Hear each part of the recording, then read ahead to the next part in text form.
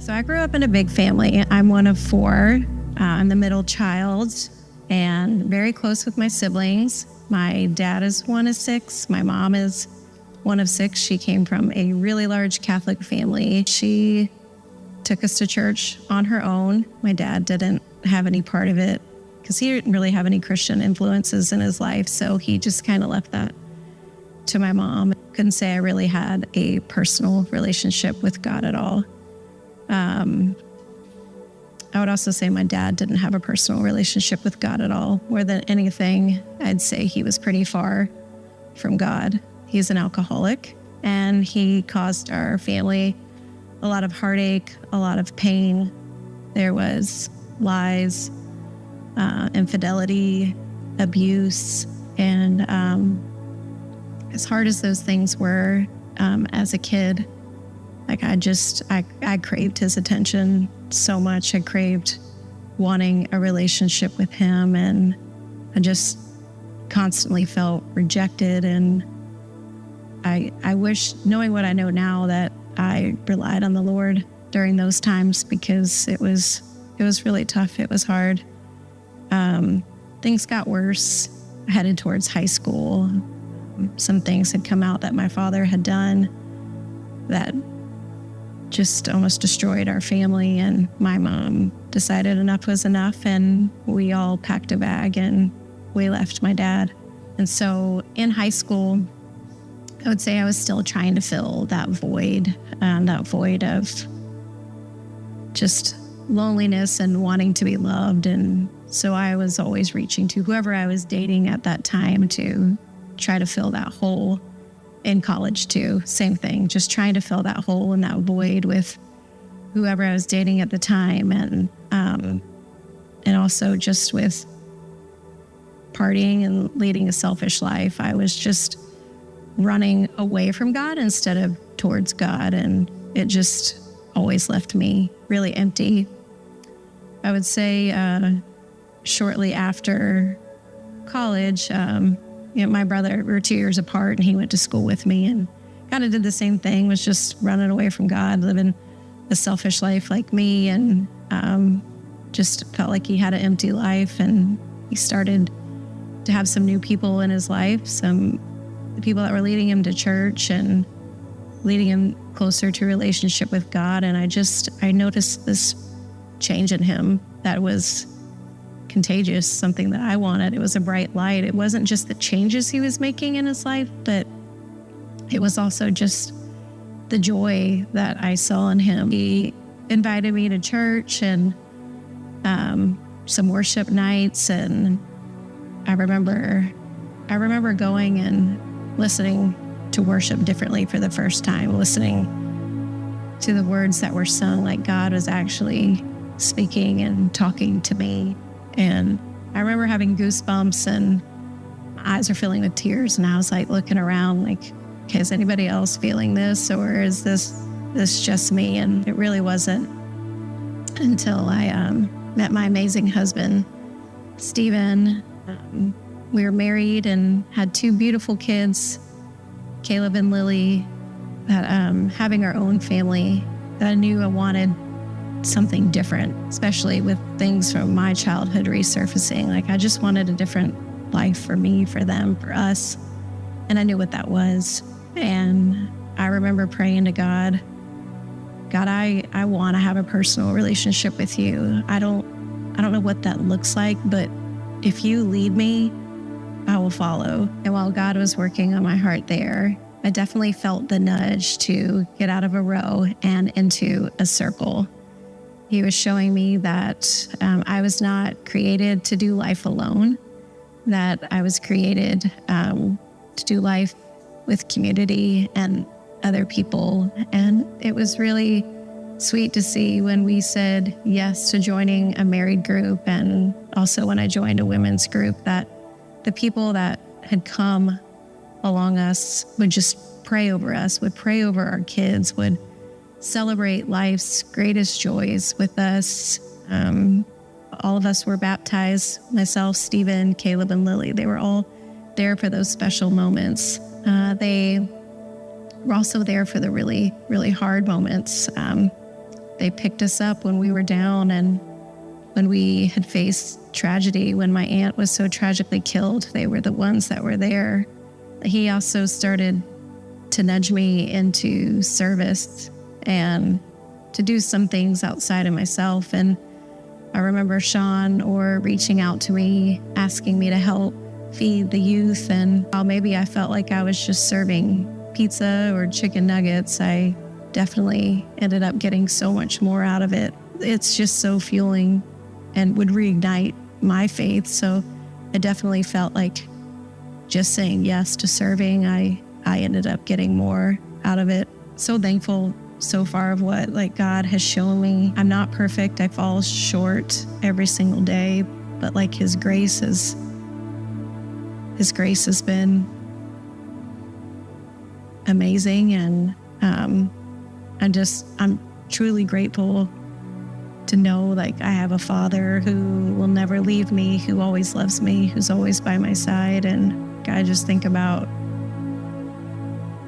that little girl that I was. And, I spent so much time trying to have my earthly father, fulfill this need and this want that I had. And all along, I had a heavenly Father who it's it's me. I'm the one who can do those things for you. And in your life, you're going to try so hard to, fill this void with things that are just so empty. And there's just only one way, right?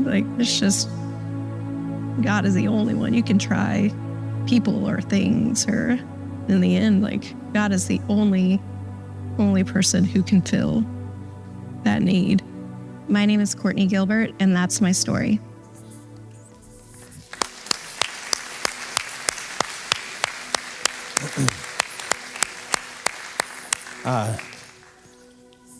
Thanks, Courtney, for sharing your story. Your story's powerful.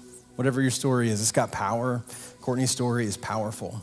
I want to say a couple things before I'm getting started this morning. I've just been heartbroken by the many things that have happened in our country this week. But truth be told, I'm kind of heartbroken by what happens in our country every week, if I'm just being really honest. And in light of this series, this story, in light of this series that we're doing, in light of the baptisms that we're celebrating today, I just can't help but think that our culture and our country desperately need to hear a different kind of story, right? There's so many stories that are told that are stories of hatred and division and gosh, there's just so much devaluing of human life that's happening all over the place, just devaluing human life. And there's this cycle that's repeated of, if I'm devaluing human life, and then I feel like if you're the one devaluing my life, I'm gonna devalue your life, and if I'm having my life devalued, I'm gonna devalue your life, and then we just have this huge unbreakable cycle of people devaluing other people's lives and pretending like they don't matter, and we're spewing all this hatred and we're spewing all this division. And I just can't help but think that we need a different kind of story to be told. I was shocked this week that the godly prophet Jimmy Kimmel spoke some words of wisdom when he simply posted this week, can we stop the angry name calling and just all agree for one day that it's monstrous to senselessly shoot another human? Can we just agree for one day? And I would say, can we agree for more than one day? Could we just agree for more than one day? I think we need a different kind of story. I think what the world needs to hear, our culture, our country, your neighbors, they need to hear the story of the love of Jesus. And here's the deal. The only way that people around us are going to hear the story of the love of Jesus and what's possible with the love of Jesus is if we tell that story. We can't count on somebody else to tell that story for us. That is our responsibility. If you're a follower of Christ, your responsibility is to tell the story, the compelling story of the love of Jesus with what you say, with how you act, with what you post, with who you are. We've got to break the cycle, and I think the only way we're going to break the cycle is if we do it together. That's what I want to say. That's what I want to say about that. I actually think this series that we started last week is perfectly timed for this moment in our culture. It's a series that we're simply calling That's My Story. And I said last week there are three main ideas in this whole series. You have a story. Maybe you've been told that you don't have a story. Maybe you don't think that you have a story, but you have a story. Your story matters. Some of us have been told that our story is insignificant, that it doesn't matter, that there's no value to our story, but I want you to know your story matters. And the third main idea of this series is somebody needs to hear your story. Whatever it is, somebody needs to hear your story. Your story, your words, your experience, it could be the encouragement that somebody needs to take another step in life. Last week, I talked about the power of our stories, and there's this interesting passage in the New Testament book of Revelation. It's at the very end of Revelation, chapter 12, and the disciple John is writing these words, and he says, there's kind of two big forces that God uses to share the story of the love of God with other people and change things. The first, it's a phrase that's throughout the Bible. It was the blood of the Lamb. And that simply means that's kind of the Bible way of saying and talking about the life, death, and resurrection of Jesus. It's like the full work of Jesus, life, death, and resurrection. And there's nothing more powerful to talk about the love of God than the life, death, and resurrection of Jesus. But the second thing, the second big force that John talked about in Revelation 12 is the power of your testimony, the power of your story. The word testimony literally means it's like testimony in court. So it's literally just saying what you've seen and saying what you've heard and saying what you've experienced. And so today I'm gonna ask us to think about that. What have you seen?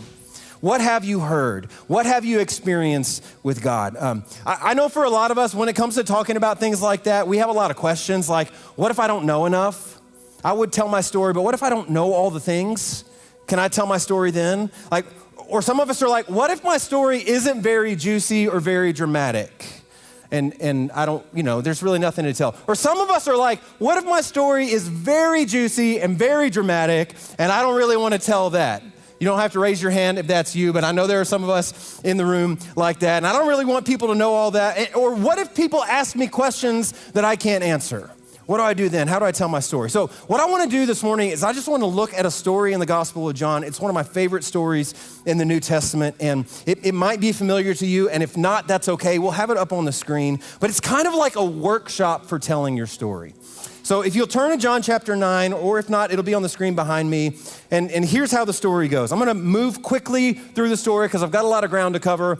Chapter 9, verse 1, it says, as Jesus went along, he saw a man blind from birth. Okay, I'm gonna stop there. I'm not gonna move as quickly. I'm gonna stop right here. So here's the deal. Jesus is walking along the road, and as he passed by, he saw a man sitting who had been blind since birth. So I want you to imagine this scenario with me for just a second. There's a lot packed into this one verse. So we know based on tradition that this guy is probably around 30 years old because later on in the story it says he's a full-grown man. So good news, if you're 30, you're a full-grown man. Congratulations. If you're not 30 yet, you're getting there. It's gonna be good.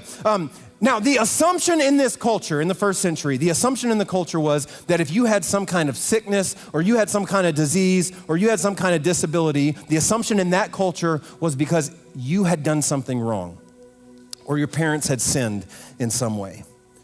And so because of that, this guy had been an outcast his entire life. His entire life, he'd been an outcast. People have told him his entire life that it's his fault. And so because of that, he's probably uneducated. He's not allowed to worship in the temple with his people. He's really not included in his community. He's kind of got to go through life on his own. And John says a little later in the story that he's known as a beggar. And so every single day, this guy gets up and somehow he makes it to the temple. And in order to make ends meet, he's just begging for money. But every single day, when he sits out there begging for money, every single day people walk by him and they ignore him and they pretend like they don't see him and they whisper about him behind his back and they point at him and they avoid him and they pretend like he doesn't exist. That's his life every single day. But not Jesus. It's a powerful moment in this story. As Jesus passed by, it says Jesus saw this man. He saw this man that nobody else was willing to look at. Now, this may be the reason you're here this morning. This might be the thing that you need to hear. Some of you might feel like the blind man in the story right now. right? Maybe you find yourself in a situation or a circumstance and you're not sure how you got there, but you feel like you are by yourself. You feel like you're absolutely alone. Some of you feel like there is not anybody who sees you. You feel like there's not anybody who knows you. There's not anybody who can understand what you're dealing with. There is nobody who gives a flip about you, and I hope that what you hear today, I hope that what you hear from this story is that Jesus sees you where you are, because that's who Jesus is. Jesus sees people that nobody else sees. So you might feel like you're all alone, but the thing you need to know about Jesus from this story and from all of life is that Jesus is in the business of finding us when nobody else can find us and seeing us where nobody else can see us, and he comes to us in the absolute messes of our lives. And he says, the love of God's not done with you yet. That's the overarching story of the gospel. God's not done with you. The love of God's not done with you. There's nothing you can do. There's nowhere you can go that God won't find you, that God's not with you. You've got a story to tell, even if you don't know it. So I want you to hear that. Now, going on in the story, Jesus doesn't just glance at this man in passing. Like, he looks at him so much that the disciples see him looking at him. And his disciples asked him out loud, they said this part out loud, "Rabbi, who sinned, this man or his parents, that he was born blind?" And Jesus is like, don't say that, right? No, he says, no, neither this man nor his parents sinned. Jesus said, this happened so that the works of God might be displayed in him. And he goes on and he says, while I'm in the world, I'm the light of the world. And after saying this, Jesus spit on the ground. He made some mud with his saliva and he put it on the man's eyes. Go, he told him, seeing. This is disgusting, right? Does anybody, have you ever thought about this in the moment? This is really gross. Imagine for a second that you're the man who was born blind. You can hear the conversation. They're having it out loud near you. And then you can hear Jesus spitting on the ground and he makes some mud. You didn't ask to be healed. You haven't had a conversation with Jesus, and suddenly he's putting spit mud on your eyeballs. That's what's happening in the story. I just have to wonder, did they at least exchange some pleasantries? I don't know. Was Jesus like, hi, I'm Jesus. I'm gonna be rubbing some special mud on your eyeballs today? I don't know if that happened in the story. It doesn't say. Now, there are two things kind of behind the surface that are happening here that I think are important to point out. Number one, the Old Testament says that when the Messiah comes, we'll know it's the Messiah because he'll restore sight to the blind. And there's actually no story in the Old Testament where somebody's healed of blindness. It's kind of significant. And here we have Jesus, and at least 7 different times in the Gospels, Jesus heals somebody's sight. I think that's pretty cool. The second thing to point out is that when God created the earth and when he created human beings, in Genesis chapter 1, it says that he took something from the ground, he took dirt from the ground, and he molded it into the shape of a human being, and he breathed life into it, and that's when it became a living being. This is a story of Jesus creating something. Jesus can do a lot with a little bit of dirt, which I find really encouraging when I think about my own life, right? And I think what's significant here is that Jesus isn't just fixing something that's been broken. He's actually creating something brand new in this person. So this isn't a person who had sight and then they lost their sight through an accident and Jesus is restoring the sight. He's actually creating sight from the beginning. What they're trying to say, what John's trying to say is that Jesus has the power and the ability to create new things in us that weren't even there before. Jesus can create new life in us that wasn't there before. That's actually what we celebrate in baptism, that there is new life possible. God makes new life possible in us. God can create things in us that weren't even there before, and there's power in God to do that. I also want to point out, notice when the man experiences the miracle in this story. So Jesus makes the spit mud. I don't know why I keep calling it that. It sounds more disgusting every time I say it, but he rubs it on the man's eyeballs, and then he says, go and wash in the pool. When does the man experience the miracle?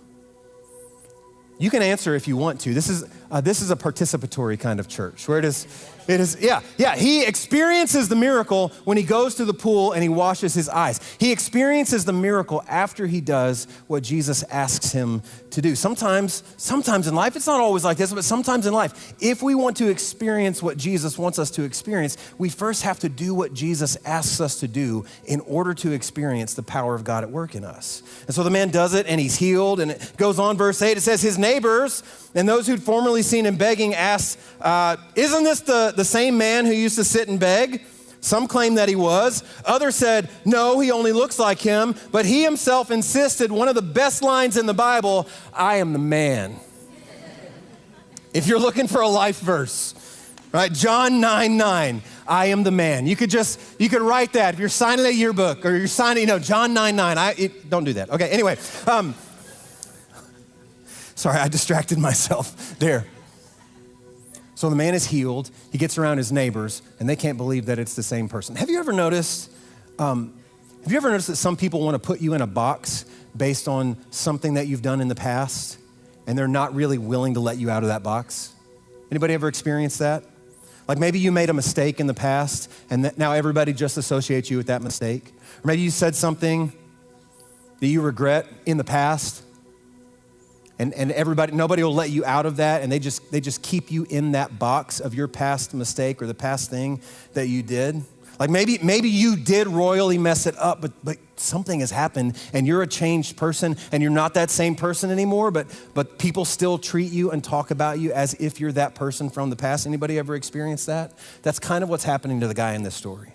Right? His neighbors and all the people who used to see him begging, they can't think of him as anything other than the man who was born blind. And one of the questions I think at the heart of this story is, can people change? Can people change? Can people change?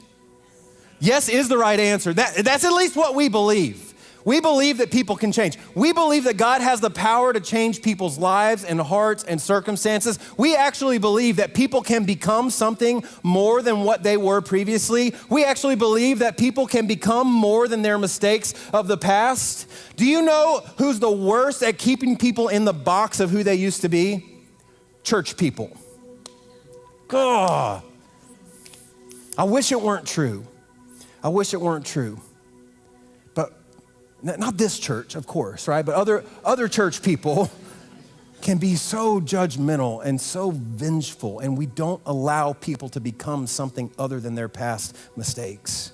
And we should be the first ones celebrating when somebody becomes something new. We should be the first people welcoming people. We should be the first people celebrating, walking alongside, encouraging, praying with. We should be those people because we believe that it's possible for somebody to become something different than what they were. That's what's happening in this story. Story goes on. Well, how were your eyes open, they asked. And then here's the first time in the story the man tells his story. I love how he tells it. It says, he replied, so the man they called Jesus, he made some mud and he put it on my eyes, and he told me to go to Siloam and wash, and so I went and I washed, and then I could see. He just tells the story of what happened. I love how he refers to Jesus as some guy named Jesus. He doesn't even know who it is. Like some dude, I think I overheard his name is Jesus. He spit in some mud, rubbed it on my eyeballs, told me to go wash. I washed, now I can see. That's my story. I'm the formerly blind man, and that's my story, right? That's how he tells the story. Well, the neighbors bring the man to the religious leaders, the Pharisees, and they start asking him questions. And they're upset because Jesus has done this on the Sabbath day, and you're not supposed to heal on the Sabbath. And so they're really upset about it because they want to be in control of the rules. And they're like, well, how did it happen? And he's like, oh, okay, in case you didn't hear, he put mud on my eyes, and I washed, and now I can see. He just tells the story again. Some of the Pharisees, they start arguing with each other. This man's not from God, for he doesn't keep the Sabbath. And others are like, how can a sinner perform such signs? So they're fighting. You ever been in a church fight before? It's really great. That's what's happening in this story. And the man in the middle of the church fight, he just goes, I think he's a prophet. And they get all upset about that. They didn't believe that he'd been blind previously, and so they called his parents in, and his parents came in, and they're like, hey, is this your son? They're like, yes, this is my son. Was your son born blind? Yes, my son was born blind. How did this happen? And they say, well, ask him. He's of age. He's a full-grown man. He's 30. You can ask him. And so they ask him, and I just love the interaction here, right? The man's not preaching a sermon. He's not using this deeply theological language. He's just literally telling the story of what happened when he encountered some dude named Jesus. Then he's brought before the Pharisees. The Pharisees start asking him all these theological questions, and he gives the best answer to theological questions. What is it? What does he say? 3 words? I don't know. Well, I'm the man would be good. I like that too.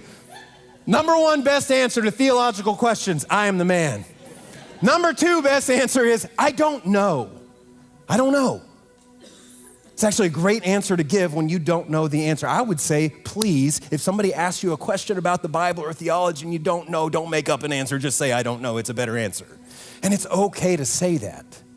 It's okay. There's actually power in saying, I don't know. Several years ago, I was getting ready to speak at this men's retreat, and the way they structured the retreat was they had like a young guy, a middle-aged guy, and an old guy come speak on life experience. And this was so long ago that I was the young guy. That's really not funny. You're not supposed to laugh, right?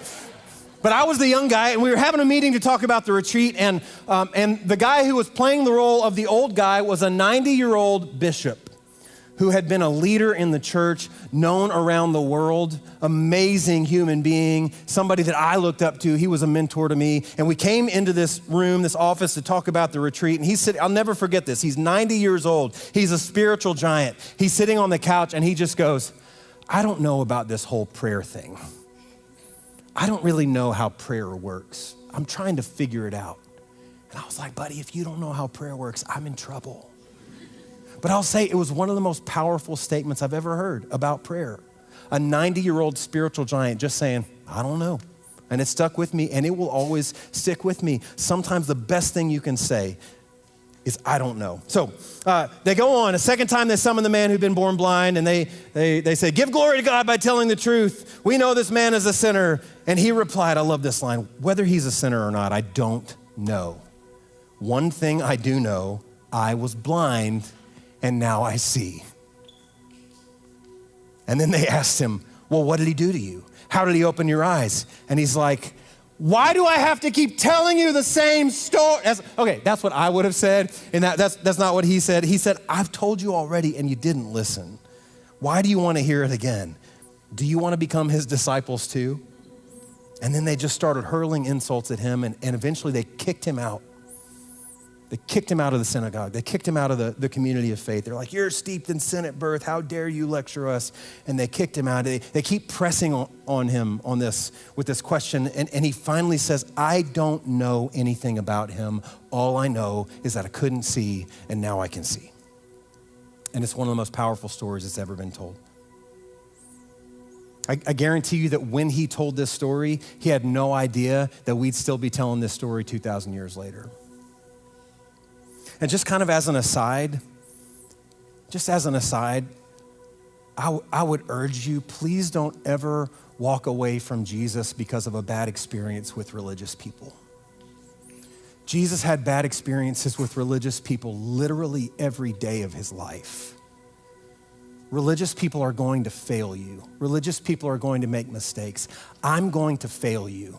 I'm going to make mistakes. I'm gonna say dumb things. I'm gonna do dumb things. And thankfully, I'm not Jesus. Please, please, please don't ever walk away from Jesus because of a bad experience that you have with religious people. I just wanna say that. So when this guy told his story, he wasn't trying to tell a Bible story. He didn't know anybody was gonna write it down. He didn't know we'd be talking about it 2,000 years later. He wasn't trying to use theological language. He just knew that he was blind. Some guy named Jesus rubbed some spit mud on his eyeballs. He went and washed, and then he could see. Here's what I want to say to you. You have no idea what God will do with your story. You don't know what God's going to do with your story. You might think your story is really insignificant. Nobody wants to hear your story. Nobody's going to be talking about your story, but your story could be the story that somebody needs to hear today. You have no idea what God's going to do with that. You've got a story. You have a story. Your story matters, not insignificant. Somebody needs to hear your story. And so here's what I want to do. I'm going to give you some homework for the week. Who's excited? I did not sense excitement in the room. Here's what I want you to do. I want you to think about this guy's story, and I want you to use it as a template for how you could think about and talk about your own story. So my question for you is, what's your story? What's your story? And then there are 3 questions. You could write these down if you want to. 3 questions that you can think about in light of your story. Number 1, what was your life like before Jesus felt real to you? What was your life like? What were you dealing with? What were you struggling with? What were the circumstances of your life? Courtney actually modeled this beautifully for us in her video this morning.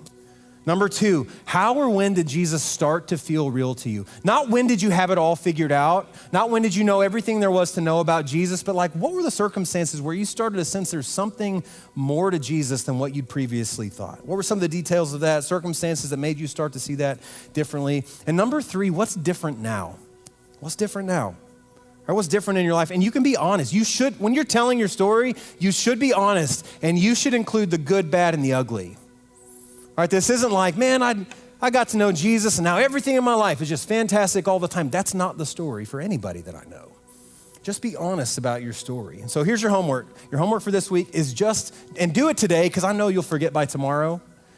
Do it this afternoon. Just take a few minutes and jot down a few sentences in response to each of these questions. And if you don't like to write, that's fine. Just say it out loud. You can do that as well. If you don't like to say things out loud or write, just type it. If you don't like to do that, I don't know what to tell you. But just give this a try this week. Disclaimer, just a little disclaimer about this. Don't compare your story to somebody else's story. I think often we can feel like, I don't really have anything to share because I know their story. My story's not like this. It's like some people have a story that's like, I was born in prison, and then I started a gang that started other gangs, and that gang started other gangs, and then one of the gangs broke me out of prison, and then after I got broken out of prison, I got in a bar fight with bikers, and then I went back to prison, and then somebody gave me a Bible, and then I read the Bible, and I found Jesus, and then I started a church, and now I'm the pastor of the biggest church in Texas. And then some of you are just like, I went to VBS when I was 6. Right? You don't have to compare your story to somebody else's story. Whatever your story is, that's your story, and you need to tell it. Don't discount your story. And I'll just say, if your story is really boring, that's amazing. How many of you pray for a boring story for your kids or your grandkids? Yeah, that's the prayer. We want people to have a boring story. If you got a boring story, I guarantee you somebody needs to hear that story. Somebody needs to hear that story. You need to tell that story. Epilogue to the story, and then we're gonna close in prayer. So remember, so far in the story, this guy's not seen Jesus. He wasn't able to see Jesus. Then Jesus sent him somewhere else to wash, and then he could see, but Jesus wasn't there in the moment. So later on, Jesus went looking for this guy, and when he found him, he's like, church people, am I right? Okay, again, not what he said. That's what I would have said if I were Jesus. It's a good thing I'm not Jesus. It says Jesus heard that they'd thrown him out, and when he found him, he said, do you believe in the Son of Man? Now again, this guy has no idea who he's looking at. And he's like, well, who is he? Tell me so I might believe in him.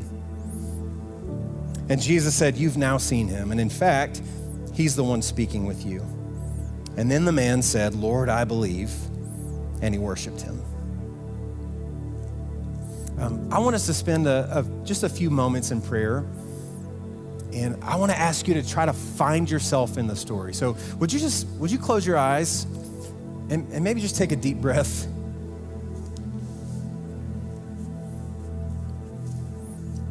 And I want you to think about where you might be in the story. So this morning, maybe you're most like the blind man before the healing. Or maybe you feel stuck. Maybe you feel like you're ignored. Maybe you feel like nobody sees you, nobody hears you, nobody knows you, nobody cares about you, and you're just wondering why your life is the way that it is. And if that's you today, I just want you to know that Jesus sees you. Jesus sees you. Where nobody else sees you, Jesus stops and he looks and he sees you. Maybe you're like in the mud still on the eyes phase of life. Right?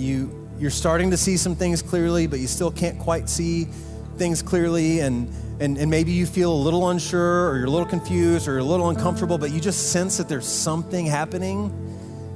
There's something happening. And if that's you, I just want to encourage you to lean in. Just lean in. Listen for the voice of God. And if there's a step that you're feeling nudged to take, just take the step. Just lean in. Or maybe you're standing up like the man in the story. Maybe you're at the point in the story where you're like, wait a minute, I am the man, or I am the woman, right? And you're starting to recognize this has happened to me, that I have a story. God's done something in my life.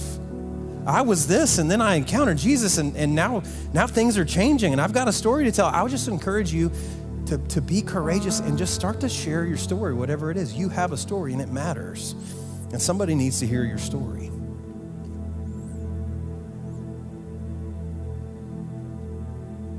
And today, if you're at a place and maybe you've never just like placed your faith and your trust in Jesus, I want to invite you to pray the simple prayer that this man prayed at the end of the story. He just said 3 simple words: Lord, I believe.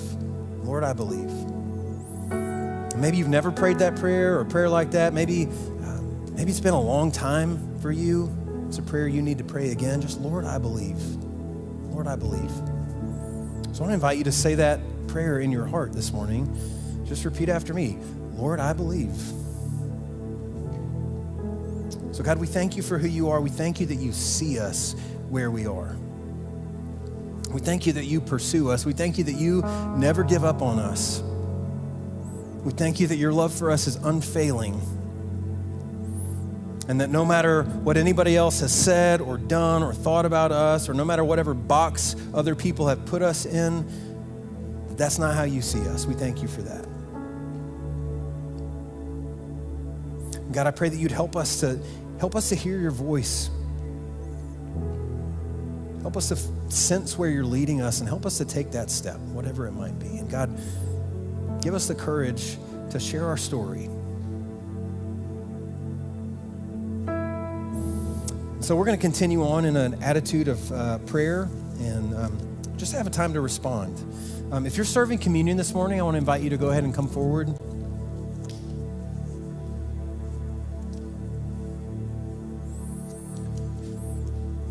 So everyone this morning, you're invited to receive communion. And communion is simply a sign of the love of God at work in our lives and in the world. When you come forward, somebody will tear off a piece of bread that represents the body of Christ that's been broken for us. That's what they'll say. And then you'll dip that in a cup of grape juice. It represents the blood of Christ that's been poured out for all of us in God's love.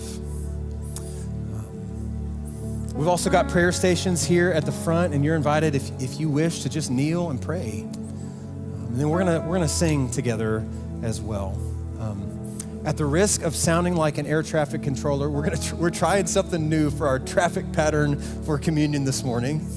And so if you're in these 2 sections, we just ask you to come to the middle aisle and then back to your seats by the side aisle. If you're in the side sections, we'd ask you to come out by the outside and back through to the middle. So friends, this time is open for prayer and communion, and you're invited to come and to receive and to respond as you feel led.